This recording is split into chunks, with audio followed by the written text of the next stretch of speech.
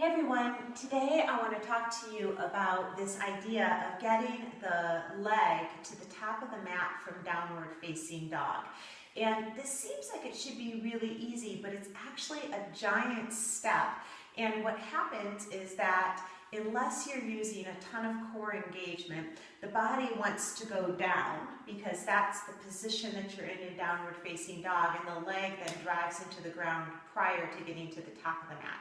So I'm going to show you a few things that you can work on with this. This is something that we do a lot when we go from down dog to a low lunge, or we're converting to any of the warrior poses. So I'm going to come to down dog, and I'm going to just get into a table position, get my upper arm bones back, tuck my feet under, and lift my hips to the sky.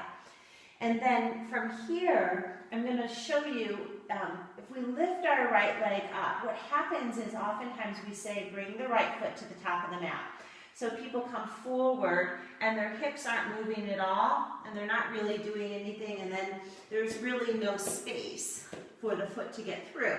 So they land it there, and then they walk it up to the top of the mat. So that is entirely acceptable, but what I'd like to see you working on is starting to get some lift. So to get the lift, I'm going to lift up through the belly. And as I bring my foot forward, you can see that I'm getting buoyancy in the upper back and in the lower back. And then there's more space to step the foot through to the top of the mat. So a way to work on this is to practice just lifting the leg up and then bringing your knee to your nose, but piking through the hips. So it's not just pulling my knee forward, it's actually creating buoyancy and lift, squeezing in.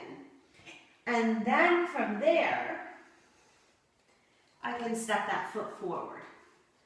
So it's about creating space, distance from the mat up to the belly button, so the leg has space to move through, and that space comes from this big lifting up of the core. So it's a ton of abdominal work. Actually, that's like leaving me winded. So that's what I want you to focus on, is as we're starting to bring that foot forward, come knee to nose first, pike the hips, lift really big, get the belly pulled up and in, and see if you can lift the leg up, and then bring it forward, and then if that gives you a little bit more forward propulsion in your step forward to the top of the mat. I hope that helps. Namaste.